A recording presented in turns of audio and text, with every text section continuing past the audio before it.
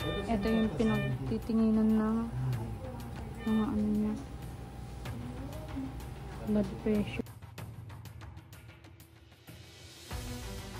Maraming salamat po sa inyo, sa inyong pag-iingat sa amin.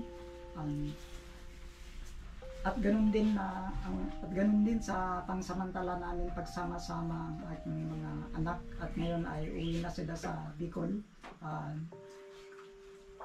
Naway po ingatan mo sila sa daan, sa anumang ilayo mo sila sa anumang pahamakan, sapagkat alam ko po na ikaw ay lahat ng bagay ikaw ay kumukontrol sa aming buhay. Kaya kaya Ama, ikaw ang hiniling ko, sana yung mga aking pamilya alang-ala sa mga apo ko ay layo mo sila ng anumang aksidente. Makarating sana sila na matiwasay sa kanila. Ito ang aking dinadalangin sa inyong pangalan, sa pangalan ni Yesu Kristo na anak mo. Amen. Amen. Amen. Good job! Good job! Ay! Kumusta pakiramdam mo po? Magandang hapon sa lahat ng viewers ko dito sa aking YouTube channel. Siyempre sa ating Facebook page na Alma Vlog. Nandito nga kami sa isang hotel dito sa Kawayan. At dito kami nag-stay over nung kahapon. Ayan, kahapon po kami nagbiyahe papunta dito sa city. At pabiyahe na nga kami ng 5 AM sana kanina ng madaling araw. Kaso nga lang ay meron biglang nangyari sa sa mama ni Marcos TV channel. Ayan, at nagpa-admit po siya sa isang hospital dito ng mga 3 AM ng madaling araw kasi hirap po siyang huminga.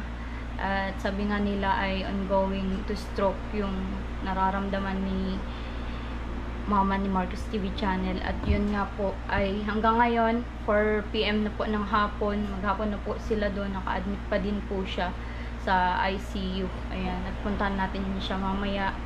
At yun, si Marcos at sila Buboy ang sumama doon kila Marcos para bantayan si mama niya. At sana gumaling na siya para naman makabalik na tayo sa Bicol. At di natin inaasahan lahat ito kasi kahapon nag-pray nga kami before kami umalis dun sa bahay, na pinag-pray kami ng family ko. At masaya pa yun mama niya. May vlog ako dito, ngumingiti pa nga nung after prayer namin. At nung naglakad kami papunta dun sa pinagparkingan namin nung si Ibana, yung service namin, ay medyo iba na nga yung niya nararamdaman. Masikip daw yung dibdib.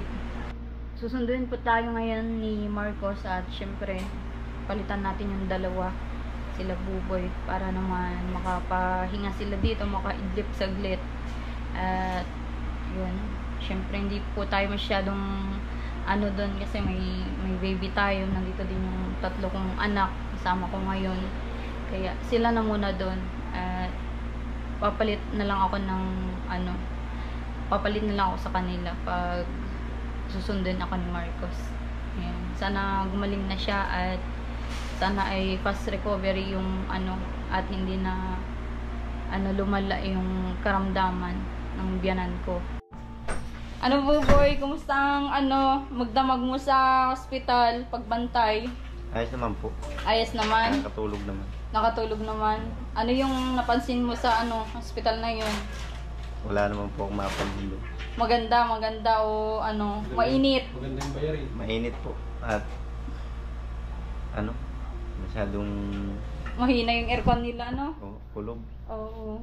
Kaya sobrang init. Anong masasabi mo dun sa nangyari kay kay mama ni Marcos?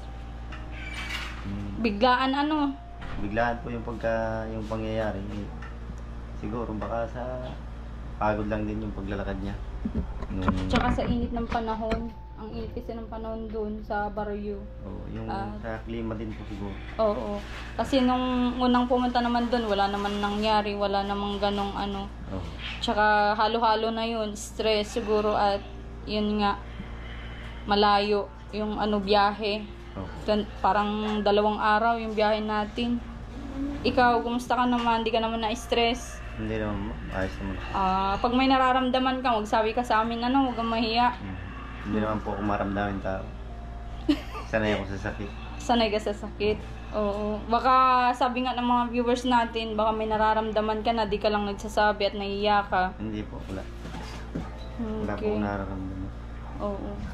Si Marcos, gutom-gutom. Kawawa naman tong ano. Kumusta pakiramdam mo? Ayos lang. Kasi, gutom. Gutom. Hindi nga, kumusta nga yung ano mo, pagbantay mo sa ano, hospital kay mama? Ayos naman. Hindi mo na isipin din yung pagod eh. Oo. Isipin mo na dun eh maging okay na. Oo, maging ano siya, ano? Para makalabas na. Kung okay na makalabas na para ano, para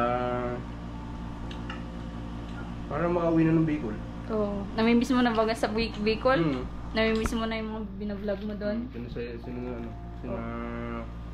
Joy. Okay, sige. Dapat ikaw ano ka din. Huwag kang papagutom. Hindi ka nga nagpapagutom. Ayan, nakokontak mo naman si mama mo, ano? Opo. Kumusta naman daw siya? Kumusta yung pabahay natin doon na iniwan? Ayos naman daw po. Tapos na? Wala namang problema. Wala naman po siya binabanggit na tapos na. Okay, pero binanggit na niya sa akin na tapos na mga anong tawag doon. Yun doon sa taas, Siguro po. sa nipa, sa harapan. Yun naman ang sinabi niya sa akin nung last na nag-usap kami. Oo. Siguro nga, baka tapos na. Oo. Ay, walang binabanggit. Pero excited na siyang babalik ka, uuwi ka. Wala rin naman po sinasabi. Okay lang naman daw po sa kanya. Okay. Kahapon ay si Buboy may may napulot na sombrero. Oo, nabulot po ito. Sayang naman ay. Ayos pa naman ay. Ano sasabihin mo sa nakahulog niyan? Ay, kung siya po ay nakapanood ng vlog at taga dito po siya sa Kawayan, willing naman po ko ibalik ito eh, sa kanya. At hindi naman po tayo taong porkit na pulot, sabihin sa atin na hindi naman po. Pinulot mo lang at kung may mag-claim, ay babalik mo naman. At saka, sayang po ay wala man na pulot na iba, edi ako na nagpulot. Oo, nasayangan ka. Mapapakinabangan pa ang gamit na ito ay paano.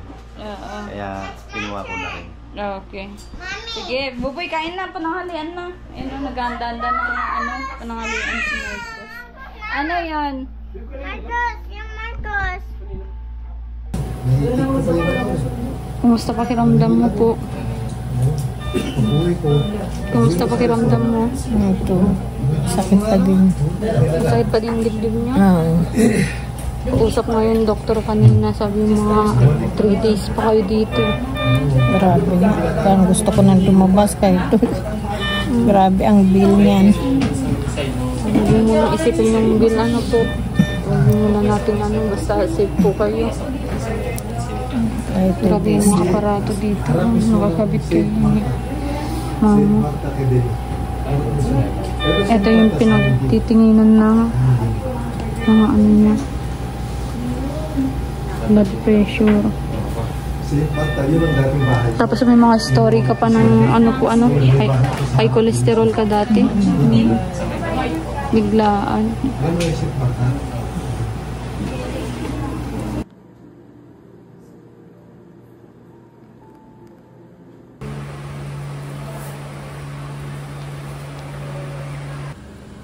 So, ayun, palabas na si Mama Susana. Ayan, no?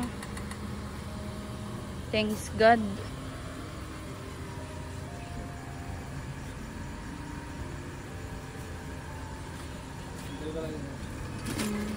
Thank you, sir.